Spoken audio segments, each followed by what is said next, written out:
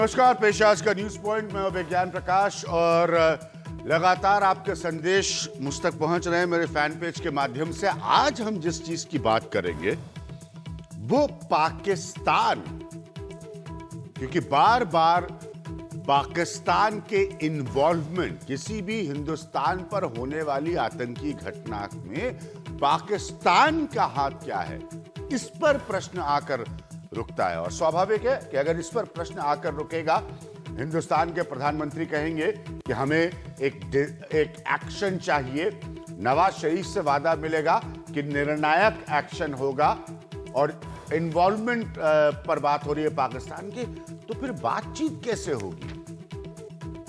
ये जो समग्र वार्ता की घोषणा सुषमा स्वराज पाकिस्तान में करके आई थी, वो बातचीत कैसे होगी?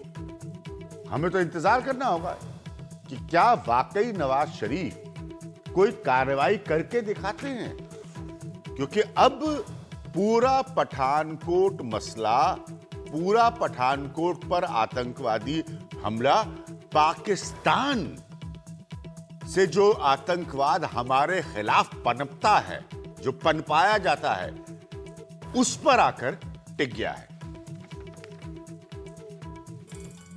पठानकोट हमले के बाद भारत और पाकिस्तान की बातचीत फिर खतरे में है और 15 जनवरी को होने वाली बातचीत अब टल सकती है।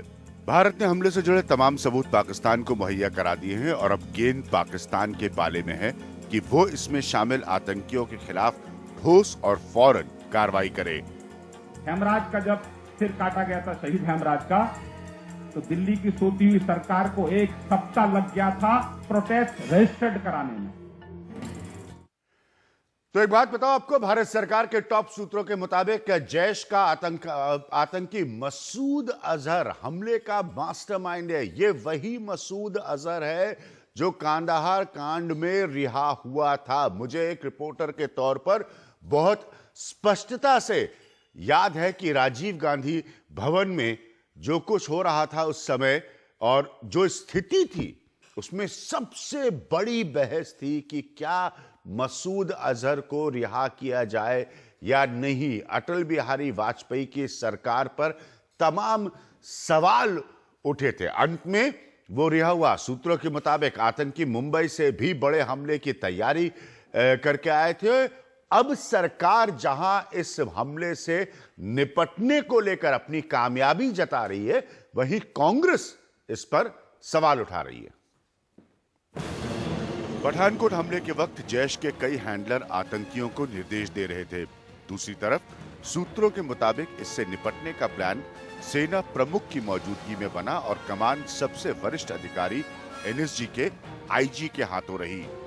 सरकार के मुताबिक कार्रवाई के दौरान सिर्फ एक जान गई, किसी भी आम नागरिक की मौत नहीं हुई और एयरफोर्स स्टेशन को भी किसी बड़े नुकसान से बचा लिया गया। ये जब एक देश का प्रधानमंत्री दूसरे देश के प्रधानमंत्री को मिलता है, तभी क्या बातें हो गई, ये लोगों को देश को बताना जरूरी होता है, तभी देश चलता है। और हमारे साथ भारतीय जनता पार्टी की तरफ से संबित पात्रा जी मौजूद। संबित पात्रा, जैश की माफ करिएगा, जैश की गतिविधि और मसूद अजहर का नाम, क्या ये सरकार के लिए चिंता की बात नहीं है? क्योंकि मसूद अजहर कांदाहार मसले में वापस दिया गया था। नहीं, देखिए अभिज्ञान जी, ऐसा है कि पूरा आतंकवादी हमला जो हुआ है एयरबेस पे, ये पूरा का पूरा प्रक्रिया ही चिंता का विषय है। उसका एक सेगमेंट ही चिंता का क्यों विषय हो, हर चीज चिंता का विषय है। और जरूर इस विषय पे सरकार गंभीरता से हर पल को, हर विषय को गंभीरता से देख रही है और समाधान की ओर बढ़ रही है। यथाशीघ्र मुझे लगता है इसके जो भी कल पुर्जे हैं उसको क्या अच्छी बढ़ रही है? तरीके से समाधान सरकार सब क्या नजर आ रहा है? क्या हम ये कह सकते हैं कि इसके बाद कोई पठानकोट जैसी घटना नहीं होगी? समाधान जब आप कहते हैं, समाधान शब्द का इस्तेमाल करते हैं, हम किस समाधान की तरफ बढ़ रहे हैं? नहीं, मैंने समाधान का नहीं इस्तेमाल किया था शब्द, मैंने कहा था इन्वेस्टिगेशन हो रहा है और हर पहलू को जांचते हुए सरकार सत्य को रखेगी। यानी हाँ, आपने समाधान पे पूछा है तो मैं इसका उत्तर दूं। हाँ। अब देखिए, पहले जो प्रायोरिटी सरकार की थी और आज जो समाप्त हुआ वो था कि किस प्रकार से ग्राउंड पे कोम्बिंग ऑपरेशन और कॉम्बैट ऑपरेशन जो है उसको पूरी तरह अच्छा किया जाए, उसको स्वतंत्र किया जाए, और आज सरकार उसमें कामयाब हुई है। अब जो है इन्वेस्टिगेशन को पूरा करने के बाद किसका हाथ कितना, कौन इन्वॉल्व्ड है और आगे की जो रणनीति है इसको तय करने का है, तो स्वाभाविक रूप से अब इसको सरकार देख रही है। मौलाना मसूद अजहर के नाम के साथ साथ जो हमारे पास इंफॉर्मेशन आई है, हमारे पास जानकारी आई है, वो ये कि ये मुंबई के स्केल का 26/11 के स्केल का अटैक वो प्लान कर रहे थे। मास्टरमाइंड जो है वो चाहता था कि ये मुंबई के स्तर का हमला हो। ये बहुत बड़ी चिंता की बात है, क्योंकि दिसंबर का महीना आपके विदेश मंत्री और प्राइम मिनिस्टर दोनों की पाकिस्तान विजिट का महीना है, जिसमें से एक विजिट सब जानते हैं प्राइम मिनिस्टर की, वो एकाएक हुई थी। इसमें कोई दो मत नहीं है। आपका ये कहना बिल्कुल ठीक है कि मुंबई के जो हमला हुए थे 26/11 में, उससे या उससे बड़ा हमला करने का यह साजिश था। क्योंकि देखिए ये भी फिदाइन हमला है, मुंबई भी एक फिदाइन हमला था। इसमें लगभग 6 फिदाइन आए थे, मुंबई में भी वही 8 से 10 फिदाइन थे। और जो असला अभी बरामद हुआ है, जो इनफैक्ट रक्षा मंत्री जी ने भी अपने प्रेस कॉन्फ्रेंस में कहा, ये काफी बड़े तादाद में है। ये इतने बड़े तादाद में है कि ये मुंबई जैसा एक हमले को अंजाम दिया जा सकता था। बॉडीज रिकवर होने के बावजूद भी जो लाइव बॉम्ब्स अभी मैदान में मौजूद हैं, जो न्यूज में आ रहा है, वो अपने आप में बहुत बड़ा है। स्वाभाविक रूप से जितने असले के साथ आतंकवादी, फिदाइन आतंकवादी अंदर घुसे थे, मनसा तो उनका पूरे जो मुंबई का हमला था उससे बड़ा हमले करने का था। ना केवल स्ट्रैटेजिक एयरबेस जो एसेट्स हमारे हैं, एसेट्स पे अटैक करने का, हो सकता है एक होस्टेज क्राइसिस जैसे सिचुएशन को भी अंजाम देने का था। क्योंकि कल ही रक्षा मंत्री ने बताया कि लगभग 3000 परिवार उस कैंपस के अंदर बसते हैं। नहीं, आप लोग बार बार ये कह रहे हैं कि ये कामयाबी है, ये कामयाबी है, ये कामयाबी है। मैं आपकी सरकार की आपकी बात फेस वैल्यू पे ले रहा हूं। मेरे दो बड़े सीधे सवाल है जो मैं पिछले कई दिनों से लगातार पूछ रहा हूं। क्या आपको लगता है कि कोई भी किस्म की बातचीत अब पाकिस्तान से होनी चाहिए? बीजेपी की क्या ओपिनियन है इसके ऊपर? कोई भी किस्म की बातचीत पाकिस्तान से होनी चाहिए? किसी भी लेवल की बातचीत पाकिस्तान से होनी चाहिए? बीजेपी की क्या ओपिनियन है इसको? मेरे ख्याल में कोई तकनीकी वैसे तो दिक्कत हो फोन रही है। कटने के कारण मैं आपको सुन नहीं पा रहा हूं, मगर टेलीविजन से सुन के मैं उत्तर देता हूं। जहां तक पाकिस्तान से बातचीत का सवाल है, अभी इस विषय पर पूरे विषय को ध्यान में लेते हुए, संज्ञान में लेते हुए इन्वेस्टिगेशन का रिपोर्ट आ रहा है। उसके पश्चात सरकार जो भी निर्णय लेगी, उस निर्णय पर हम डिबेट कर सकते हैं कि बातचीत हो रही या नहीं हो रही है।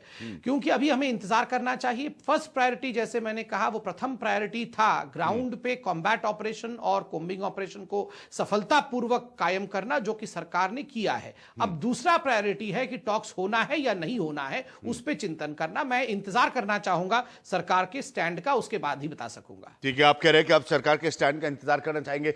जानकार इस बात को मानते हैं, जानकार बहुत पहले से इस बात को मानते हैं कि कोई भी बातचीत का अगर माहौल या मसौदा तैयार होता है हिंदुस्तान पाकिस्तान के बीच, वो ताकतें जो आतंकवाद के जरिए हिंदुस्तान का विरोध करती हैं, वो एक्टिव हो जाती हैं। और फिर वो ताकतें एक्टिव होकर किसी ना किसी घटना को अंजाम देती ही देती हैं। तो मेरा ये सवाल का मुझे आज तक कोई जवाब नहीं दे पाया कि जब नरेंद्र मोदी एकदम से चले जाएं किसी पारिवारिक फंक्शन में नवाज शरीफ के, जिससे किसी को ऐतराज नहीं, क्या यहां पर बैठे इंटरनल सिक्योरिटी के रणनीतिकार या कूटनीति के रणनीतिकार ये नहीं जानते कि इसका कोई दुष्प्रभाव हो सकता है, पठानकोट जैसी घटना हो सकती है? वाजिब प्रश्न है। इसका दो हिस्सा मैं देखता हूं। एक हिस्सा कि प्रधानमंत्री जो लाहौर गए, और अब खुद मानते हैं कि प्रधानमंत्री जो लाहौर गए वो एक प्रूडेंट स्टेप था, वो एक बुद्धिमत्ता से भरा हुआ कदम था, वो आपने खुद भी माना है। और वाकई ये पूरे विश्व में एक अपने तरह का हेड ऑन डिप्लोमेसी था। मैं ये मान नहीं रहा हूं, मैं ये नहीं मान रहा हूं कि वो बुद्धिमत्ता से, या आप ये बीजेपी कह रही है। मेरा पॉइंट बड़ा स्पष्ट है कि जब आप इस तरह का बड़ा फैसला लेते हैं, ये भारत पाकिस्तान की नीति से जुड़ा फैसला है कि एक प्रधानमंत्री दूसरे प्रधानमंत्री से मिलने जाते, एकाएक जाते हैं। मेरा पॉइंट ये कि किसी के मिलने जाने से एतराज नहीं है, ये सही या गलत कदम है ये मैं नहीं करार दे रहा हूं। मेरा पॉइंट ये है कि फिर क्या आप एंटिसिपेट करते हैं कि पाकिस्तान में वो ताकतें मौजूद है, पाकिस्तान का सियासी एस्टैब्लिशमेंट उनके आगे झुक जाता है, जो हिंदुस्तान को बार बार आतंकवाद के जरिए चोट पहुंचाती हैं। ये आज का इतिहास नहीं है, ये 25 सालों का इतिहास है, 30 सालों का इतिहास है।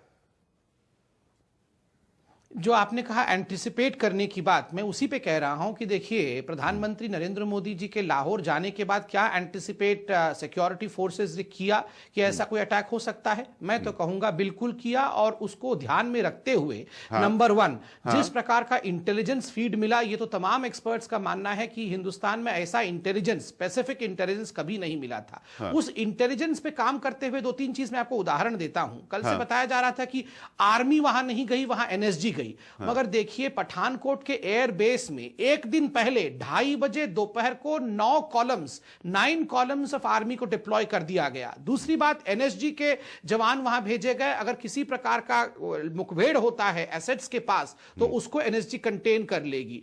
तमाम तरीके के विषयों को ध्यान में रखते हुए प्रिएम्प्टिव मेजर्स, पहले से ही जो प्रिकॉशनरी मेजर्स थे वो सरकार लेने में सक्षम हो पाई।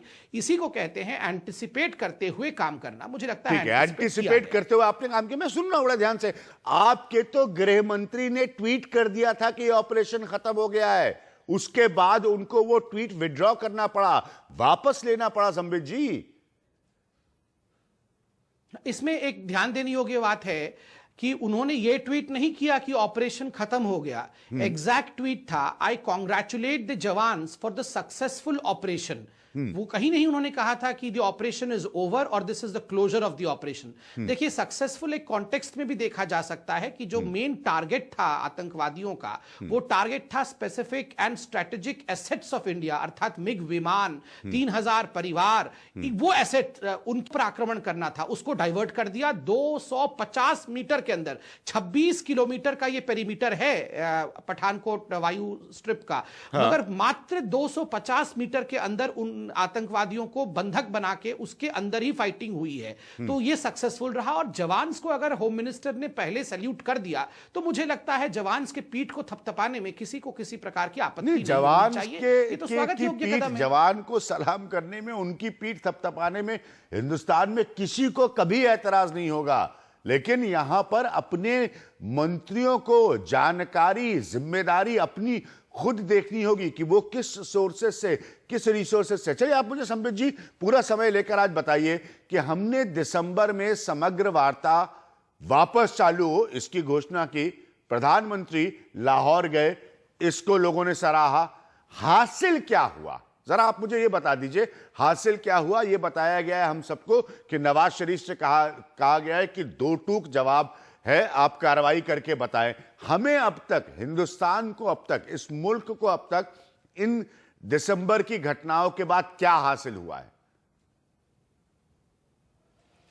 नंबर 1, अब देखिए जहां तक इस सरकार का सवाल है, जिस दिन नरेंद्र मोदी प्रधानमंत्री बने और उनका स्वेरिंग इन सेरेमनी हुआ, उसी दिन इस सरकार ने अपने मंशा को पाकिस्तान, विज़ावी पाकिस्तान, बड़े स्पष्टता के साथ रखा। वो अंडरलाइनिंग स्टेटमेंट था कि हमें शांति चाहिए, हमें अमन चाहिए, आइए मिलकर एक नया चैप्टर शुरू करते हैं। और इसीलिए नवाज शरीफ को हिंदुस्तान बुलाया गया और वो आए भी।